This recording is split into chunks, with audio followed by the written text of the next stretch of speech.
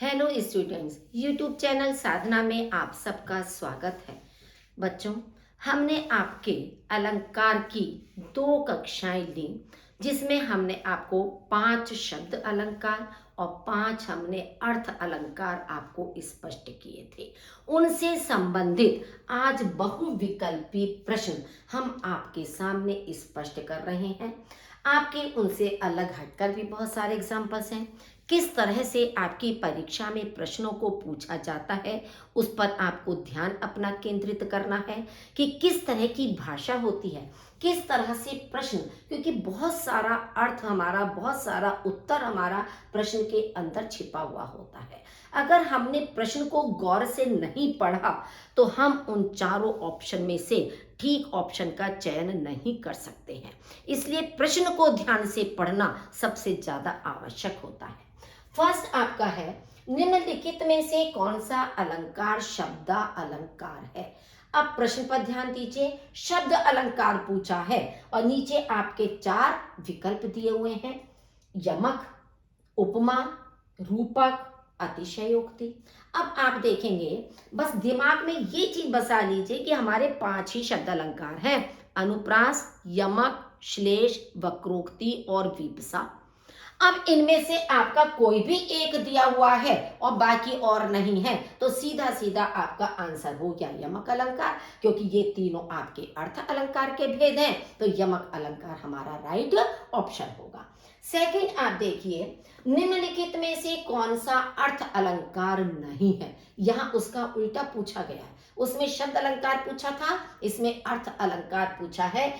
वो भी क्या करा है, नहीं नहीं शब्द लगा दिया है। इस चीज पर भी गौर करना है कि जल्दीबाजी में हमने बस केवल अर्थ अलंकार देख लिया, जैसे अभी मैं ही आपको करने जा रही थी कि पहले में शब्द अलंकार पूछा, इसमें अर्थ अलंकार पूछा, लेकिन प्रश्न को पूरा पढ़ना है। आगे नहीं शब्द भी लिखा हुआ है कि अर्थ अलंकार नहीं है। अब आप देखिए, विरोधाभास, विभावना, भ्रांतिमान और श्लेष। अब आपने श्लेष अलंकार शब्द अलंकार में पढ़ा हुआ है, तो आपसे पूछा है कि अर्थ अलंकार कौन सा नहीं है। इसका मतलब श्लेष अलंकार जब हमारा शब्द अलंकार है तो यही हमारा राइट ऑप्शन होगा कि श्लेष अलंकार अर्थ अलंकार नहीं है, बाकी तीनों आपके अर्थ अलंकार के भेद हैं। थर्ड है, कितनी करुणा कितने संदेश पंक्ति में कौन सा अलंकार है। अब आप देखेंगे, यमक, अनुप्रास, श्लेष या उत्प्रेक्षा। अब ये चारों अलंकार आपके पढ़े हुए हैं, जिसमें से आपके 3 अलंकार शब्द अलंकार के हैं, एक आपका अर्थ अलंकार का है।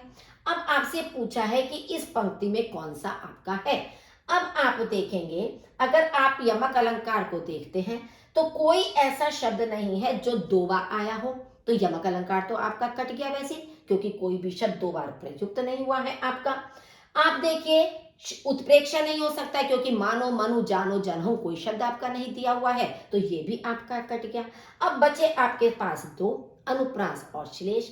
अब हमें यह देखना है कि क्या कोई श्लेष का ऐसा एक शब्द है जो आगे किसी संदर्भ में अलग अलग अर्थ प्रकट कर रहा हूं। इसमें कोई भी ऐसा शब्द नहीं है जो आगे कोई शब्द ऐसे दिए हों जिनके की अलग अलग अर्थ निकल रहे हो, तो श्लेष भी आपका कट हो गया। अनुप्रास राइट है, क्यों? क्योंकि क व्यंजन वर्ण की आवृत्ति हो रही है, इसलिए आपका इसमें अनुप्रास अलंकार है। नेक्स्ट है, जहां गांठ तहां रस नहीं, यह जानत सब कोई। अब आप देखिए, उपमा। उपमा अलंकार का कोई वाचक शब्द इसमें दिखाई नहीं दे रहा है आपका, किसी से कोई तुलना नहीं हो रही है, तो उपमा अलंकार आपका कट गया। यमक अलंकार, कोई एक शब्द 2 बार प्रयुक्त नहीं हुआ है, तो यमक अलंकार भी आपका कट गया। अनुप्रास अलंकार, अनुप्रास अलंकार में भी आप देखिए कि कहीं भी कोई व्यंजन वर्ण, किसी भी वर्ण की कोई आवृत्ति ही नहीं हो रही आपकी, ना 2 बार ना 4 बार, तो इसलिए आपका अनुप्रास अलंकार भी कट गया। तो आपका सही उत्तर आया श्लेष। क्यों है श्लेष, ये भी आप देख लीजिए कि गांठ और रस, इन 2 शब्दों में श्लेष अलंकार है। जहां गांठ होती है वहां रस नहीं होता है। आपने गन्ना देखा होगा, शुगर केन देखा होगा कि शुगर केन में थोड़ी थोड़ी दूरी पर गांठ होती है। तो जिस जगह गांठ होती है वहां पर रस नहीं होता है, बाकी पार्ट में रस होता है, गांठ वाली जगह नहीं होती है। दूसरा अर्थ गांठ का क्या है कि जब मन में किसी के प्रति हमारे मन में कोई गांठ लग जाती है, किसी से कोई शत्रुता हो जाती है, कहीं सुनी हो जाती है, वहां रस यानी प्रेम नहीं होता है। कि जब हमारे मन में किसी के प्रति कोई गांठ लग गई तो उसमें प्रेम का भाव नहीं होता है। तो गांठ में आपका रस होगा, आपका गांठ में क्या क्या अर्थ हो गए हैं और रस में कौन कौन से अर्थ हो गए। गांठ का मतलब है गन्ने की जो गांठ होती है और हृदय में पड़ने वाली गांठ, और रस का मतलब आपका रस से हो गया आपका, और दूसरा प्रेम। तो इसलिए आपका श्लेष अलंकार है। नवल सुंदर श्याम शरीर की सजन नीरद सी कल क्रांति थी में कौन सा अलंकार है। अब बच्चों हमें अर्थ तो करना नहीं, वैसे तो आप देखिए स्पष्ट रूप से सी वाचक शब्द आपका आ गया, तो सी वाचक शब्द आने से आपका तुरंत उपमा अलंकार हो गया, क्योंकि सा सी से सम सरे सदृढ़ सरीखी ये सारे वाचक शब्द हमने उपमा अलंकार में आपको बताए थे। तो ये पहचान देखते के साथ ही आप आसानी से पहचान लोगे इसमें उपमा अलंकार है। और वैसे भी इसमें कोई श्लेष उत्प्रेक्षा रूपक ये वाली कोई भी चीज इसमें नहीं दिखाई दे रही है।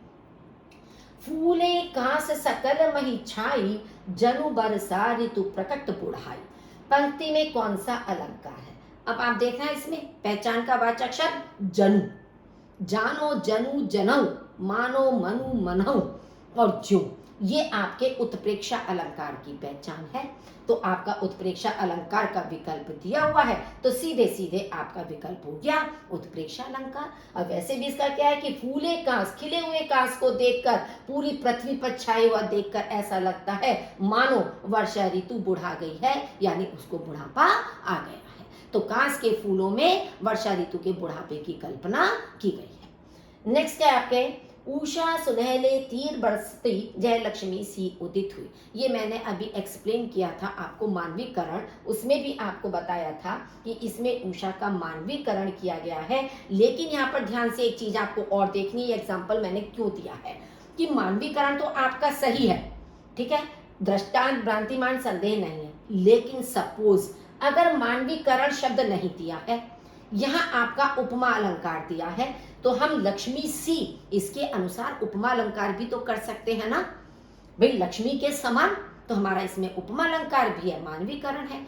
अब ये तीन तरह से प्रश्न आपका आ सकता है, केवल मानवीकरण दिया है उपमा नहीं दिया है तो मानवीकरण राइट होगा, मानवीकरण न देकर उपमा दिया है तो उपमा राइट होगा, और यदि मानवीकरण भी दिया है उपमा भी दिया है और फिर आपका दिया है उपरोक्त दोनों, तो आप राइट ऑप्शन करेंगे उपरोक्त दोनों, यानी कि दोनों अलंकार इसमें प्रयुक्त हुए हैं। नेक्स्ट है भूप सहस दस एक ही 12 लगे उठावन टरत नटारा, कि यहाँ पर आप देखिए भूप कहते हैं राजा को, कि राजा जो है सहस 10 1000 कि 1000 राजा एक ही बार में धनुष को उठाने की कोशिश कर रहे थे, लेकिन वह उनसे हिला भी नहीं।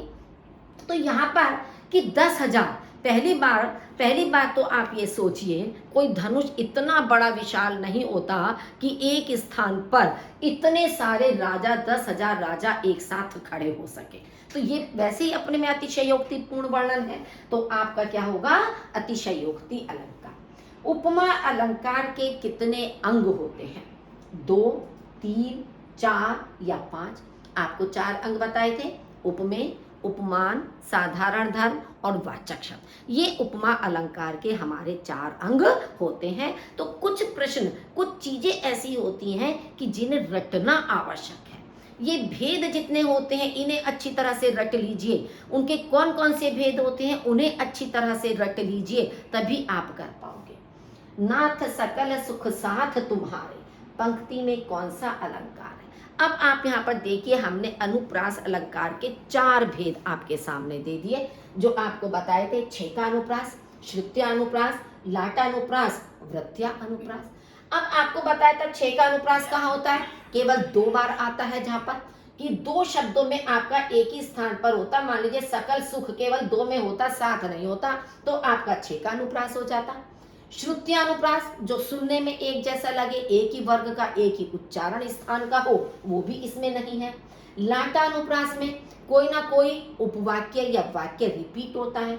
तो हमारा यहाँ पर है वृत्त्यानुप्रास, यानी सा 3 बार हमारा व्यंजन वर्ण आया है, तो इसलिए इसमें हमारा वृत्त्यानुप्रास होगा। नेक्स्ट है मंगन को देख पट देत बार बार है। पंक्ति में कौन सा अलंकार है? यमक, उपमा, श्लेष या रूपक। यमक नहीं हो सकता क्योंकि कोई शब्द 2 बार नहीं। अब आप कहेंगे 2 बार तो शब्द आया है बार बार, लेकिन बच्चों जब एक शब्द बार बार दोनों एक ही मीनिंग में आते हैं, रिपीट होते हैं, उसका कोई अलग अलग अर्थ नहीं होता है, तो हम उसे यमक अलंकार नहीं कहते, उसे हम पुनरुक्ति प्रकाश अलंकार कहते हैं। पुनरुक्ति का मतलब फिर से उसी बात को कहना, शब्द को कहना, तो इसलिए ये हमारा यमक अलंकार नहीं है। उपमा इसलिए नहीं है, कहीं भी कोई हमारा उपमा का वाचक शब्द या तुलना नहीं हो रही है। ना ही रूपक है कि उपमेय उपमान ऐसा कोई शब्द दिया हो। तो ये हमारा श्लेष है, यानी भिक्षुक को देखकर उसके लिए कोई या तो पट माने दरवाजा बंद कर देता है, या पट का मतलब उसको वस्त्र दे देता है। जेते तुम तारे तेते नभ में न तारे हैं। पंक्ति में कौन सा अलंकार है? यमक, उपमा, श्लेष या रूपक। अब आप देखेंगे तारे शब्द 2 बार आए हैं, केवल पूरी पंक्ति में एक शब्द ऐसा है तारे जो 2 बार आया है। दोनों बार उसका अलग अलग अर्थ है कि जेते तुम तारे, मतलब ईश्वर से कहा जा रहा है कि जितने लोगों का तुमने उद्धार किया है, जितने लोगों को तुमने तारा है, उतने तो आकाश में तारे भी नहीं है।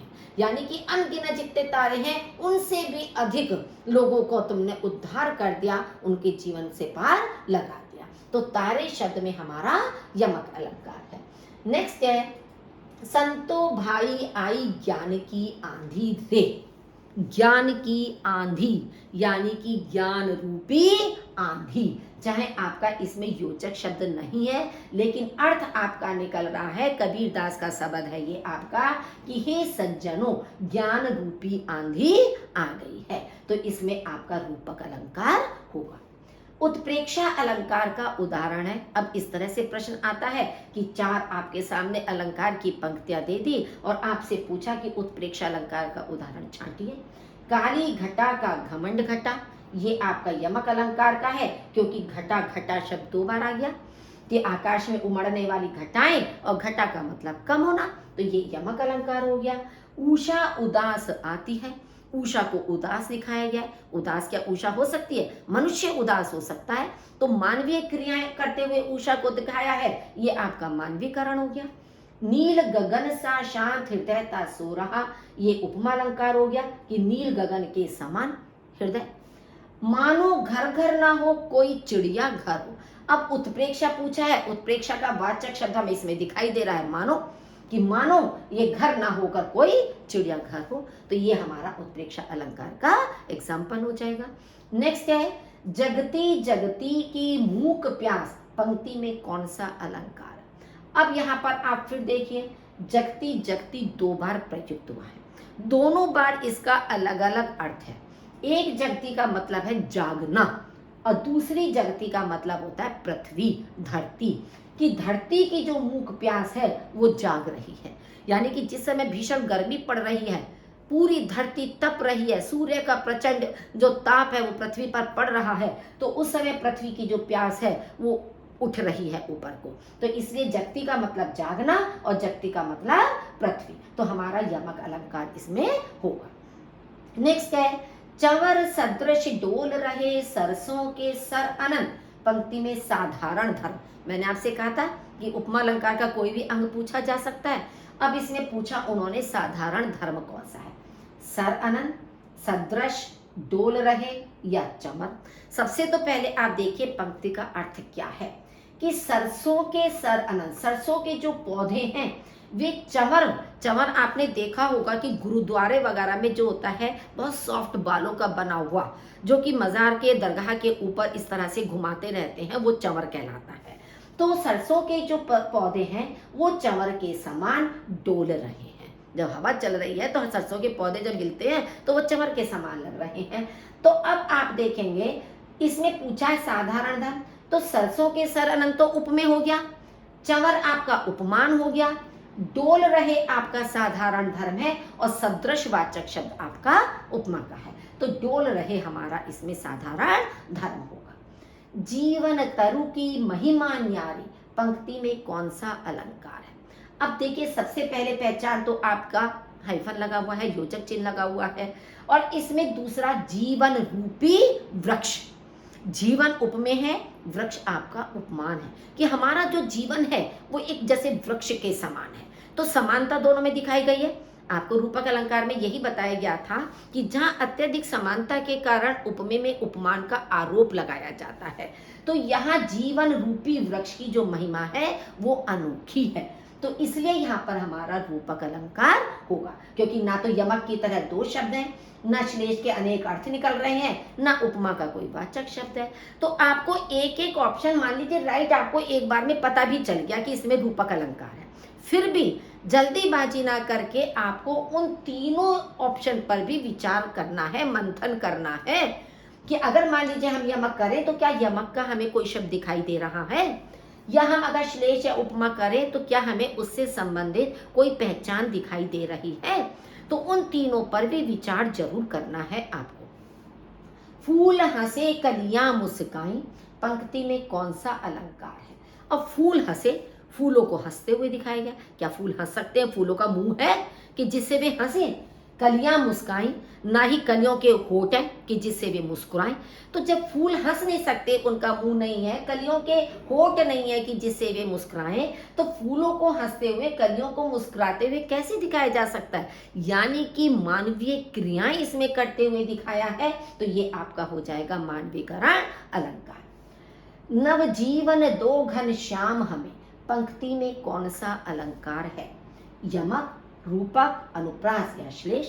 आपका श्लेष अलंकार होगा, क्योंकि नवजीवन के दो अर्थ हो गए, पानी और जीवन। घनश्याम के दो अर्थ हो गए, बादल और श्री कृष्ण। तो आपका उत्तर होगा श्लेष अलंकार।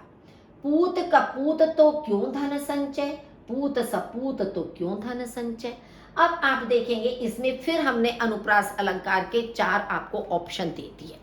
तो ये इसका मतलब क्या है, जो 5 आपके अनुप्रास अलंकार के भेद हैं, आपको पांचों अनुप्रास अलंकार की पहचान ध्यान में रखनी है। 6 का अनुप्रास, लाटा अनुप्रास, वृत्त्या अनुप्रास, अंत्या अनुप्रास। अब इसमें लाटा अनुप्रास है, क्यों?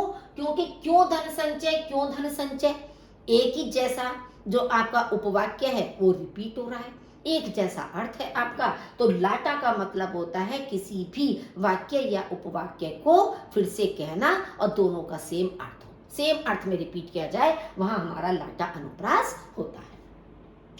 आगे नदियां पड़ी अपार, घोड़ा कैसे उतरे पार, राणा ने सोचा इस पार, तब तक चेतक था उस पार। कि लाटा अनुप्रास, यमक अलंकार, अतिशयोक्ति या वक्रोक्ति। अब आप देखिए, लाटा अनुप्रास तो है नहीं ऐसा कि कोई आपका उपवाक्य रिपीट हो रहा हो, यमक भी नहीं है कि कोई शब्द 2 बार आए उसका अर्थ अलग अलग निकल रहा हो। तो ये दोनों ऑप्शन तो आपके वैसे ही रॉन्ग हो गए। अतिशयोक्ति और वक्रोक्ति, वक्रोक्ति में दूसरा अर्थ निकलता है, घुमा फिरा कर किसी बात को कही जाती है, लेकिन ये बात तो स्पष्ट रूप से है कि चेतक घोड़े का बढ़ा चढ़ा कर वर्णन किया गया है, अतिशयोक्ति अलंकार हो गया। नेक्स्ट है आपका अब, शशि मुख पर घूंघट डाले, अंचल में दीप छिपाए। शशि मुख पर, चंद्रमा रूपी मुख पर, योजक चिन्ह भी है और अर्थ भी निकल रहा है रूपी, कि चंद्रमा रूपी मुख पर घूंघट डाले, अंचल में दीप छिपाए, कि आंचल में दीप को छिपाए हुए, नेत्रों को छिपाए हुए, जो कि दीपक के सामने चमक रहे हैं, दीपक के समान।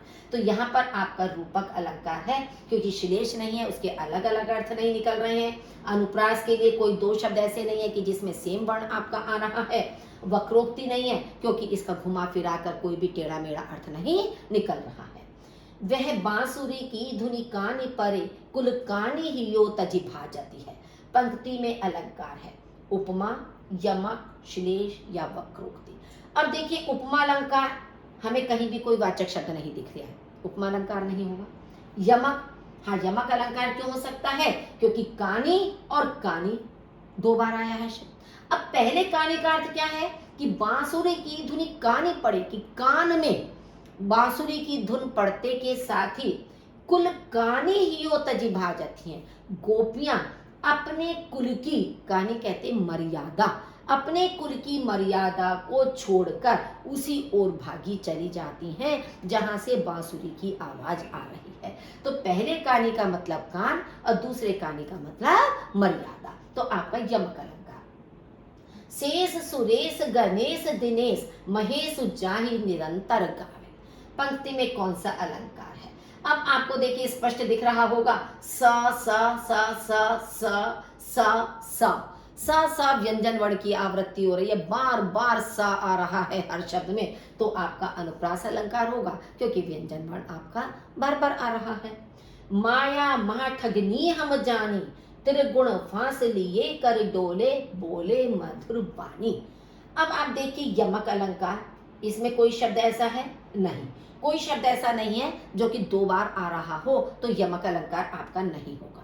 उपमा अलंकार, कोई वाचक शब्द आपको उपमा अलंकार का सा सी से सम सद्र सरीखी नहीं दिखाई दे रहा है, तो उपमा अलंकार भी नहीं होगा। रूपक अलंकार, रूपक अलंकार भी किसी को ऐसा नहीं कहा गया है कि आपस में कोई उपमेय उपमान हो, वो भी नहीं दिख रहा है। मेन आपका बचा श्लेष, श्लेष किस में है?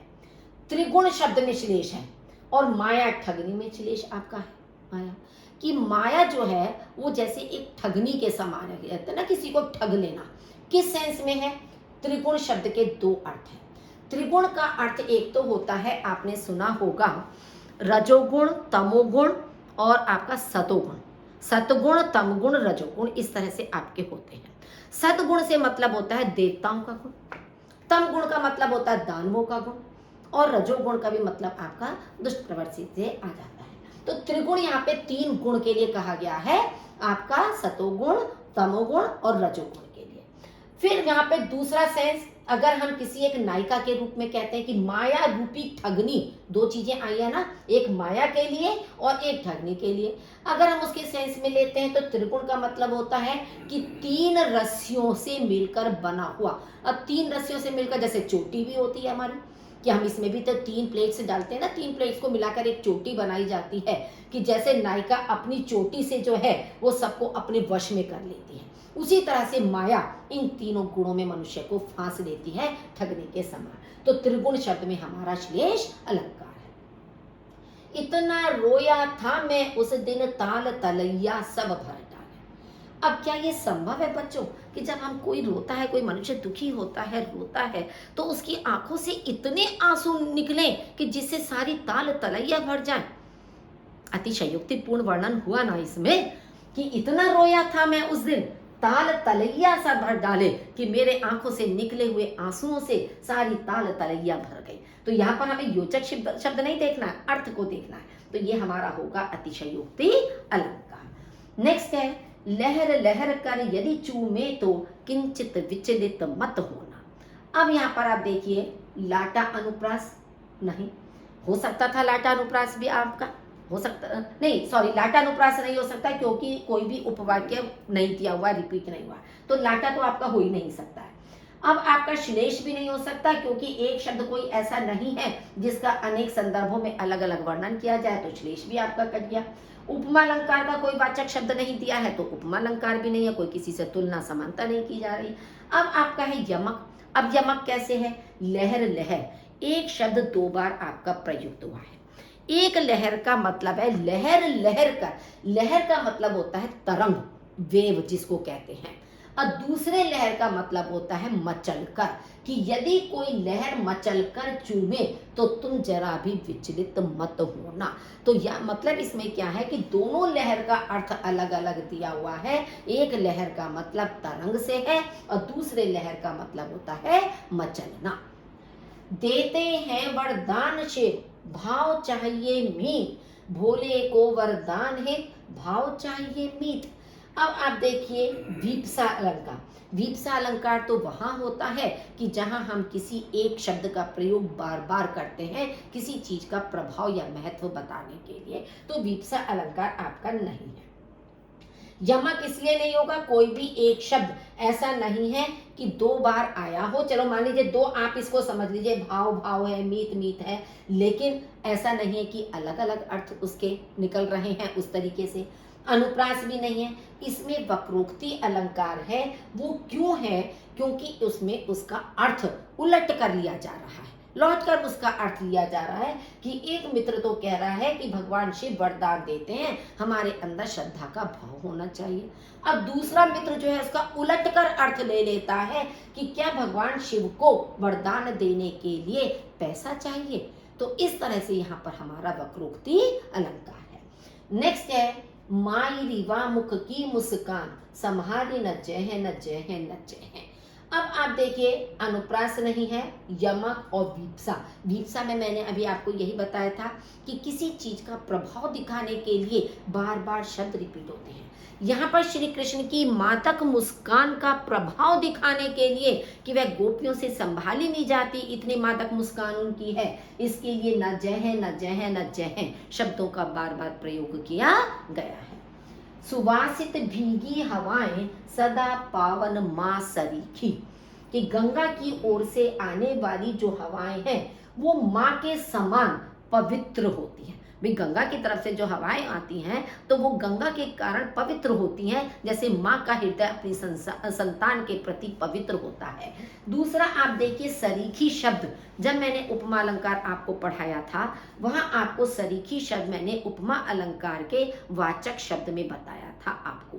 तो सरीखी से हमें स्पष्ट हो रहा है कि इसमें उपमा अलंकार है, और फिर अर्थ भी आप देख लीजिए कि गंगा की ओर से आने वाली हवाएं माँ के समान पवित्र हैं, तो इसलिए हमारा इसमें ऑप्शन होगा उपमा अलंकार का।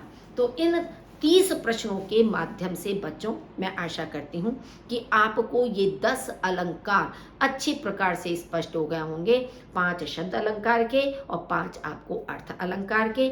फिर भी आप अलग अलग बुक्स से अधिक अभ्यास कीजिए ताकि आपको और स्पष्ट हो सके। यदि कहीं और का कोई एग्जाम्पल आपको स्पष्ट नहीं हो रहा है, नहीं समझ में आ रहा है, तो आप कमेंट बॉक्स में अपने उस एग्जाम्पल को लिखकर उसका हमसे समाधान कर सकते हैं। आपकी समस्या का तुरंत समाधान किया जाएगा। बच्चों ये बात मैं आपसे रोज रोज कहती हूँ, निवेदन करती हूँ कि प्लीज़ लाइक और शेयर करना मत भूलिए, सब्सक्राइब करना मत भूलिए। इसमें आपका भी हित है और हमारा भी है, इसलिए कृपया करके आप लाइक शेयर और सब्सक्राइब जरूर करते रहिए। सुनने के लिए बहुत बहुत धन्यवाद।